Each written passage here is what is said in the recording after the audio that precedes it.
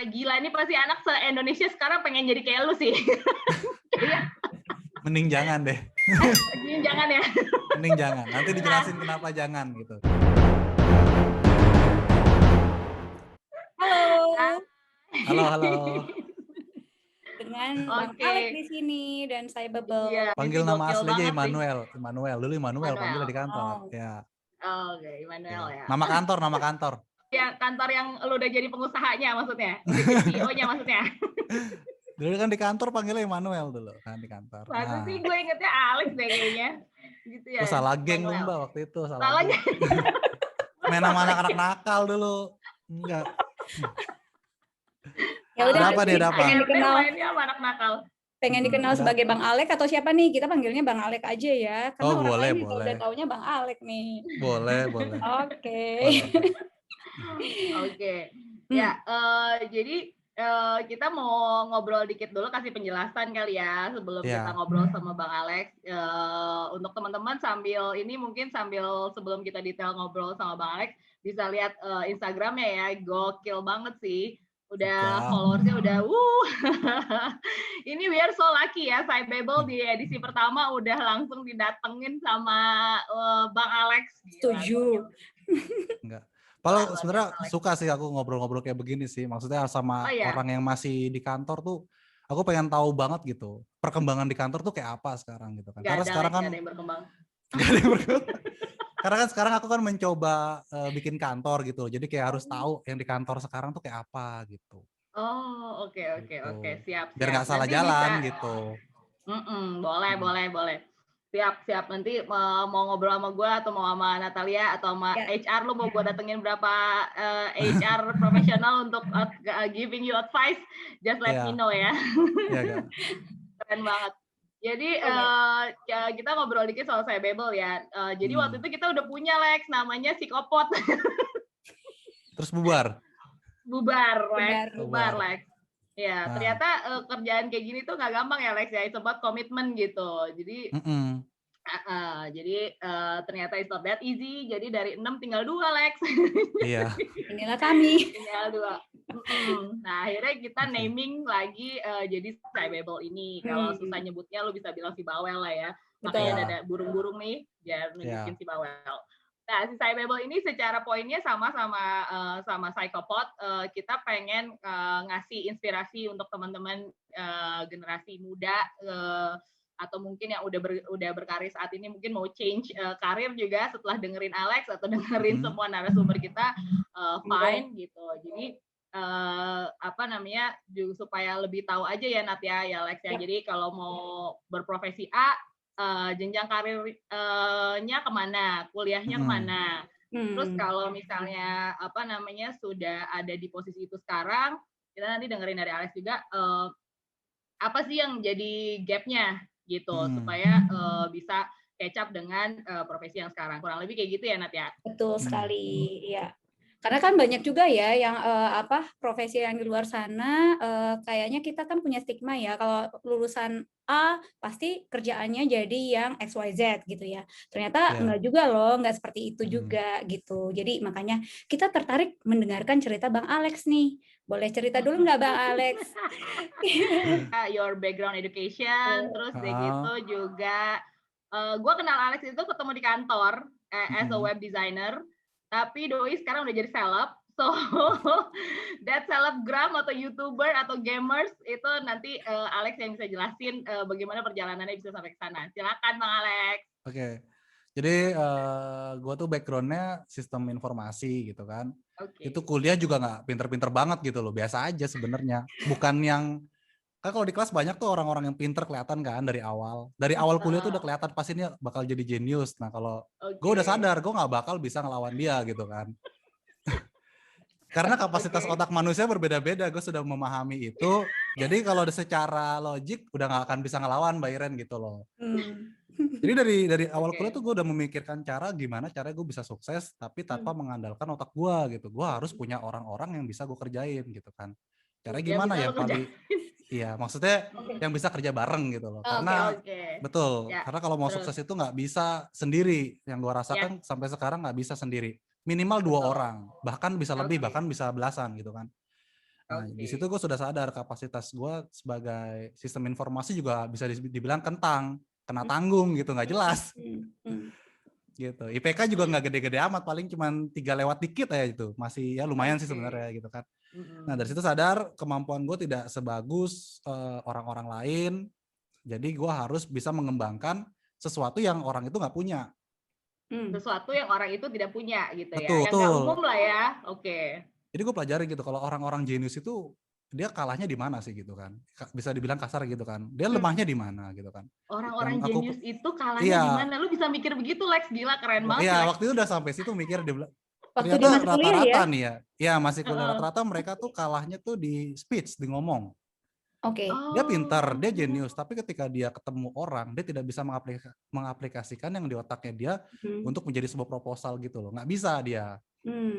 Nah, gila, ini baru berapa menit aja udah menarik sekali ya ngobrol sama Alex ya, gokil. Ya, tapi ini rata-rata ya. Tapi ini rata-rata ya. Tapi kalau di startup kebanyakan orang udah superior di sini bisa semuanya gitu loh, all in dia. Rata-rata.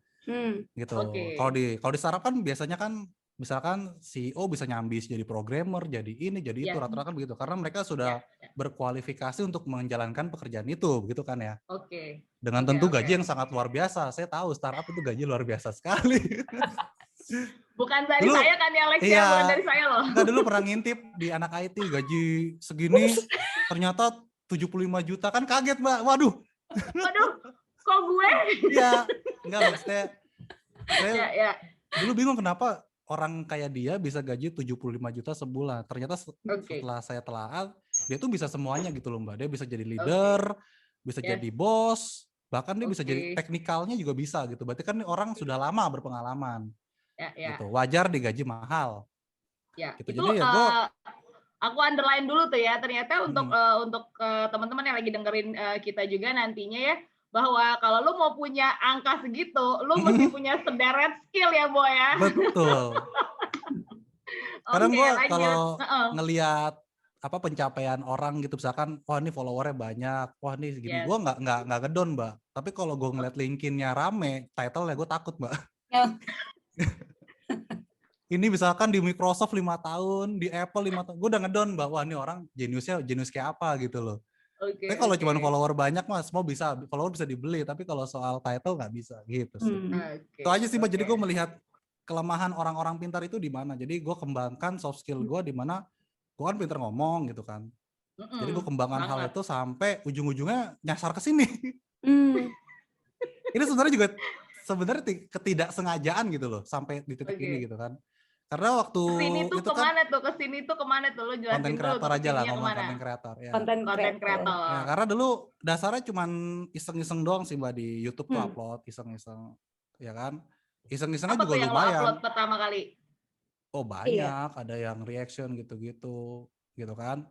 Reaction iseng-iseng tapi reaction tuh misalkan Mbak Iren ngelihat video terus kita reactionin, jadi kita kelihatan mukanya, terus kelihatan ekspresinya gitu ya, ekspresinya, pendapatnya begitu. Itu namanya reaction video.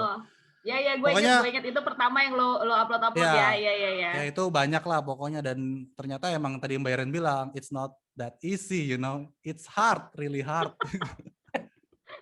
Itu keras banget Mbak. Maaf aku motong nih Bang Alex. Aku pengen tahu deh, kan tadi katanya aku mengembangkan soft skill yang si orang pintar itu tidak punya gitu tadi ya. Rata-rata, bukan semuanya ya. Rata-rata. Oke, aku kutip. Ya. Nah, boleh tahu nggak selain tadi kan ini kayaknya berdasarkan iseng aja. Nah, udah pernah nyoba apa dulu nih sebelum akhirnya nyemplung ke content creator yang sekarang ini?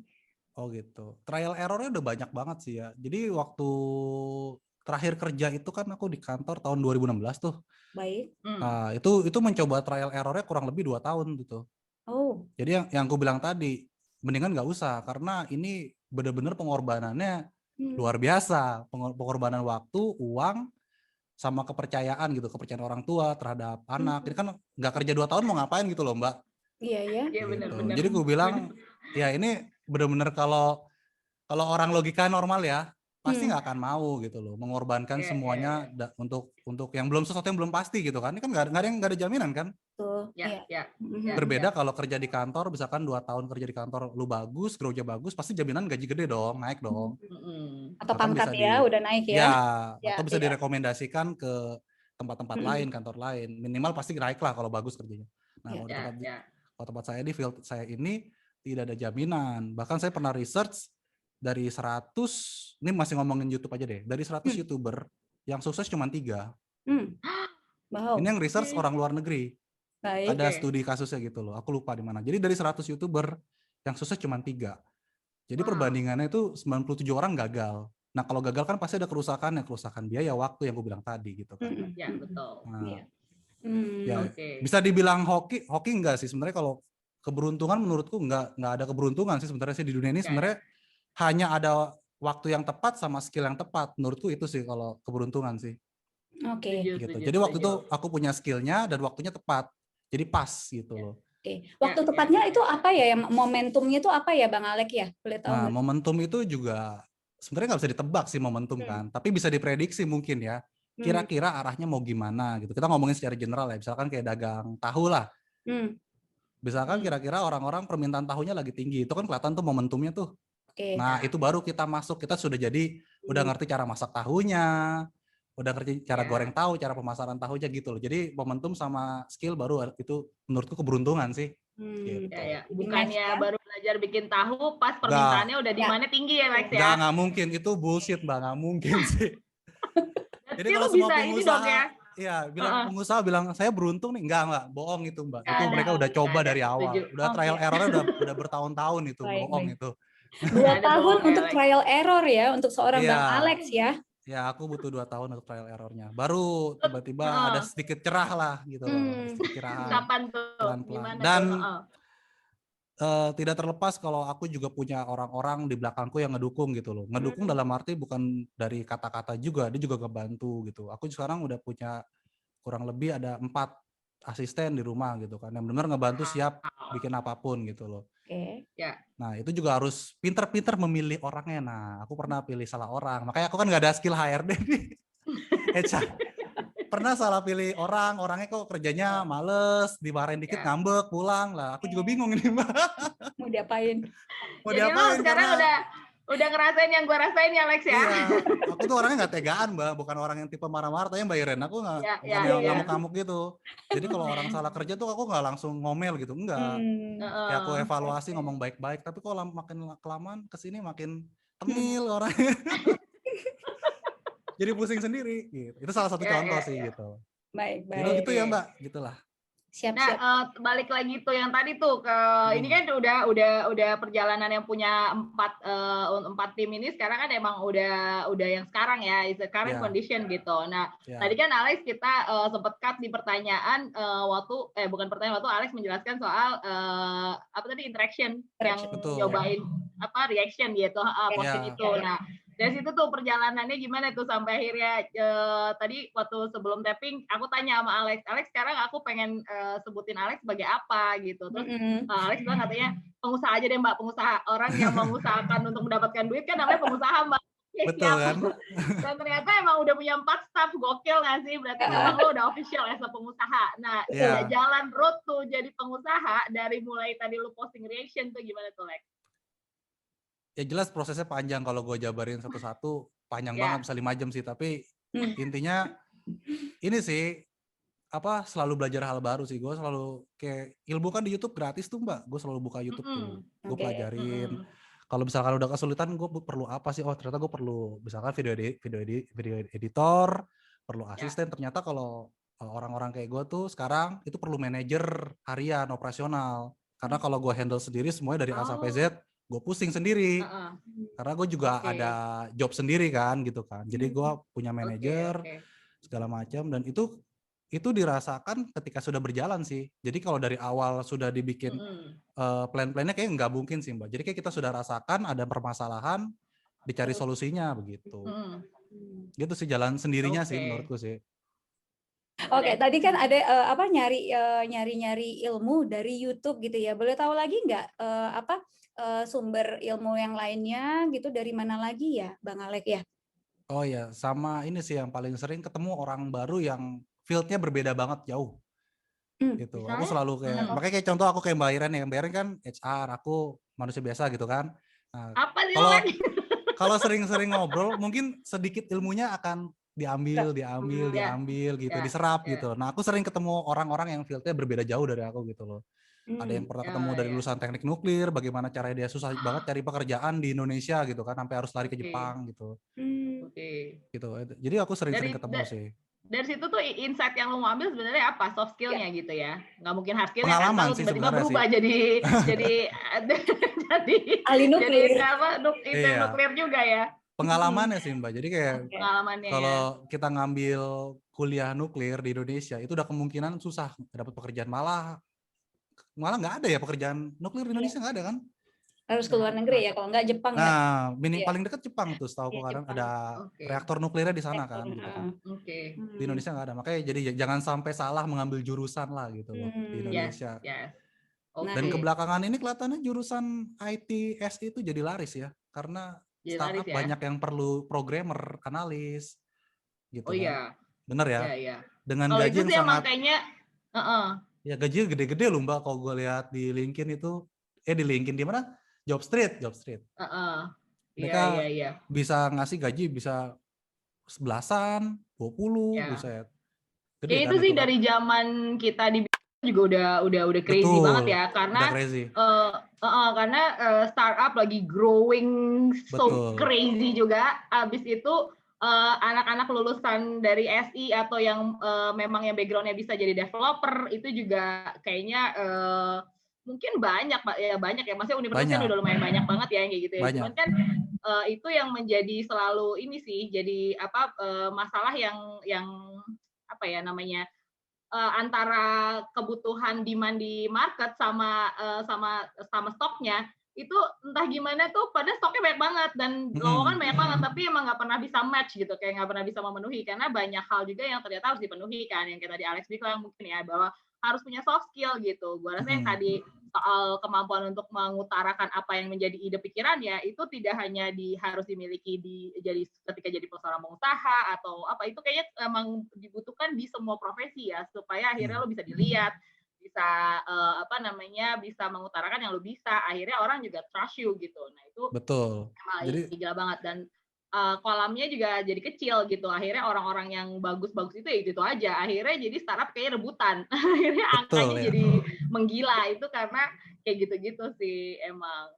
Padahal dia Gila. lupa ya, startup kan itu kan perusahaan baru lahir, di mana nggak Iya. stabil. Dia lupa akan hal itu. Iya benar. Contoh yang sudah kita lewati Mbak Iren ya, tidak stabil, unstable. Tidak pakai nama. Betul, tidak pakai nama ya. Jangan, nggak usah. Maksudku Nggak gini usah. loh, mereka tuh pada tergila-gila dengan gaji, tapi mereka nggak tahu ini perusahaan setahun 6 bulan bangkrut ya. Jadi jangan kecewa Benar. masuk kayak plat merah, kayak bank plat merah tapi gaji cuman kecil 3-4 juta, tapi dia bisa seumur hidup mungkin bakal ada itu perusahaan gitu loh. Langgeng. Ya, dibandingkan yang gaji 20 juta bulan depan di-cut.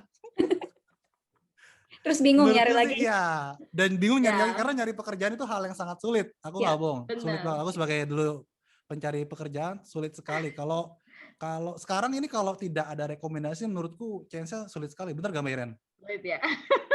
Karena Ya. ya HR juga paling males kan nyari orang nggak jelas kan, mending nyari orang Iya, yang benar. sudah ada kenalan kan.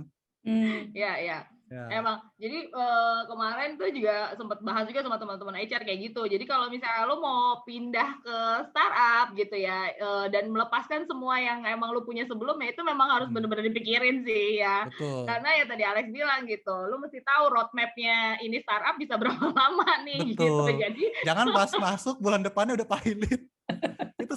Itu kenapa hiring sih Mbak? Kadang ada yang begitu loh Mbak ya, startup ya. Dia udah tahu bulan depan pilot, tapi dia tetap hiring gitu. Kenapa? Pengen aja katanya. Oh, gimana? pengen aja. Pengen aja.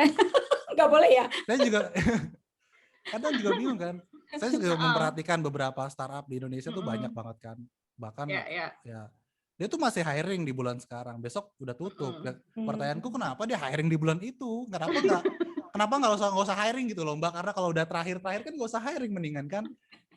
Mengapa gitu loh, kadang lucu sih. Tapi ya mungkin ada Ya, Kalau mungkin misalnya itu. Ya, Mbak. gue udah tahu udah bakal tutup sih, gue akan fight mati-matian hiring freeze gitu. Cuman kalau misalnya tetap ini gue juga nggak ngerti sih. Mungkin ada planning karena kan kalau nggak cuma startup lah ya, beberapa perusahaan pasti kan misalnya lu mesti punya backup plan gitu. Jadi lu nggak bisa cuma berbisnis hanya satu. Mungkin Alex juga sekarang lo mempersiapkan kayak banyak yang lo iniin kan, makanya tadi kan bilang lo pada dasarnya content creator, tapi kan medianya banyak banget, terus gitu apa yang lo jadikan konten juga opsinya banyak banget gitu kan. Karena memang kalau pengusaha kayaknya harus gitu ya, jadi nggak bisa cuman kayak satu doang yang lo jadi mata pencarian nih, lo udah harus mempersiapkan beberapa yang kalau misalnya ini mati, yang ini bakal hidup. Nah mungkin di startup tuh punya planning kayak gitu, yang mungkin akhirnya di level kita yang staff kita nggak tahu. Jadi jadi kita hiring sebenarnya it's not for this one but for the other one yang kita lagi preparing gitu. Jadi cuman di karyawan kan atau di staff di level kita ngelihatnya ngapain lu masih hiring sih kalau besok lu mau mecat gue gitu.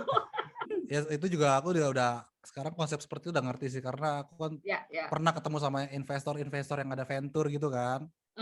Dia tuh pinter, dia kayak buka 50 startup, nggak apa-apa 40-nya bangkrut, tapi 10-nya bakal bisa nutupin yang 40 itu. Jadi aku udah tahu gitu kan. Kayak buka toko banyak, nanti kita lihat aja mana yang laris tokonya. Iya. Korbannya siapa? Karyawan. Korbannya karyawan. Enggak lah, enggak ada korban. Kan digaji, bukan kan ada bukan kerja paksa. Iya, ada bukan kerja paksa. Korban perasaan. Paling korban perasaan doang sih. Yang penting pokoknya maksudnya kewajibannya apa nih? Ada pesangon, perjanjiannya apa? Ya itu harus dipenuhin aja gitu. Jadi jadi misalnya kalau lo mau lay off orang ya bukan lo cariin kerjaan terus udah lo bebas dari pesangon. Iya benar. Nggak ada urusannya lo cariin kerjaan terus lo nggak bayar pesangon, nggak ada. Ya nggak usah cariin kerjaan nggak apa-apa, yang penting bayar pesangon. Pesangonnya iya buat modal selanjutnya. Mau dicicil boleh ya, Lex? Boleh. Ini kayaknya banyak luka-luka lama nih ya yang aku pahami. 2 pembayaran 3 kali pembayaran nggak apa-apa. Apa mau 10 tahun tenor juga boleh. Asal ada bunga. Asal ada bunga ya, Lex. Asal ada bunga. Oke, Mbak, next. Nah, last question paling ini untuk generasi yang mau ikutan berprofesi sebagai Bang Alex as a content creator tuh apa tuh, Lex? Yang paling penting sih banyak banget sekarang anak-anak SMA tuh rela-rela nggak kuliah gitu buat langsung terjun ke content creator. Yang aku bilang tadi tidak ada jaminan. Demi viral ya, Lex. Betul. Yang pertama tidak ada jaminan lu bakal kaya di masa depan. Bahkan lu bisa hancur banget. Karena teman-temanku tuh banyak, Mbak, yang seangkatan dulu mencoba YouTube. Kita kan kayak punya komunitas gitu kan. Gitu kan, YouTube ada komunitasnya. Nah itu banyak banget yang hancur, Pak. Bener-bener nggak jadi apa-apa. Bener sampai sekarang pun nganggur, jadi bingung mau ngapain. Kerja di kantor udah nggak bisa karena dia nggak punya ijazah kan. Mau maju ke YouTube juga susah. YouTube makin keras saingannya, makin gila sekarang. Banyak jadi gembel gitu kan. Pura-pura jadi gembel maksudnya. Maksudku itu salah satu contoh orang mau berusaha gitu loh, Mbak. Dia mengorbankan dari sisi itu. Jadi menurutku kalau misalkan mau ke profesi ini tidak ada yang melarang, tapi perlu diketahui ini perlu punya efek yang sangat luar biasa dari beban mental, beban moral, bahkan omongan kiri kanan itu sangat menentukan masa depan lu sih. Yakin banget gua. Nggak usah jauh-jauh, pasti orang tua udah nganggap remeh tentang hal seperti ini. Gue yakin. Kayak nyokap gue tuh, Mbak, itu selama 2 tahun itu nyanyi terus, Mbak. Kamu mau jadi apa? Kamu mau jadi apa? Gitu kan. Ketika gue gajian, gue kasih uang gajian semua ke nyokap gue. Dia baru sadar kalau dari hal ini tuh bisa menghasilkan. Gitu. Baru dirubah tuh mindsetnya gitu. Namanya orang tua zaman dulu kan. Gue kasih tau pelan-pelan, ini tuh bisa menghasilkan, tapi pelan-pelan. Nggak bisa, semua nggak ada yang instan. Kerja di kantor pun juga nggak langsung jadi bos, nggak ada. Benar. Harus pelan-pelan dari bawah gitu kan. Nah baru dari situ orang tuaku jadi mindsetnya berubah. Oh ya ternyata bisa gitu. Sekarang ya untuk teman-teman semua yang masih baru ya harus diperhitungkan cost-nya ya. Gitu, harus diperhitungkan cost-nya. Kalau lu anak orang kaya yang lahir udah senyum, gak usah ngomong ada di sini. Karena ketika lu gagal, yang backupin kegagalan lu tuh orang tua lu gitu kan. Tapi kalau orang tua lu bukan siapa-siapa, orang sederhana nggak punya uang, ketika lu gagal orang tua lu yang pusing. Iya benar. Gitu. Bener dong.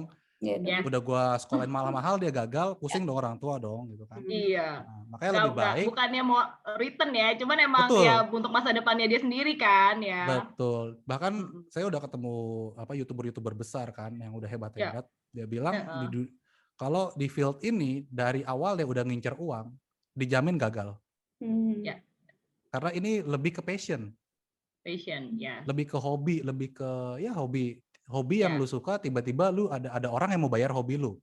Gitu mindsetnya ya. Jangan dijadikan tempat mencari ladang uang. Karena kalau dari awal mikir ada duit. Ketika nggak ada returnnya, bisa nangis darah, bisa stres Mbak, beneran. Iya. Stres banget beneran. Kayak dia udah taruh effort yang sangat tinggi, waktu segala macam. Mungkin dia bisa beli PC yang mahal pakai duit gajinya, ya kan.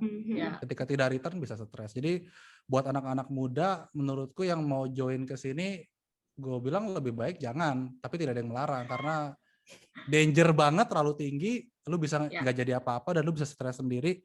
Karena menurutku semua orang sudah porsinya masing-masing gitu kan. Ada yang jadi programmer, ada yang jadi HR, ada yang jadi content creator, semua ada porsi masing-masing gitu kan.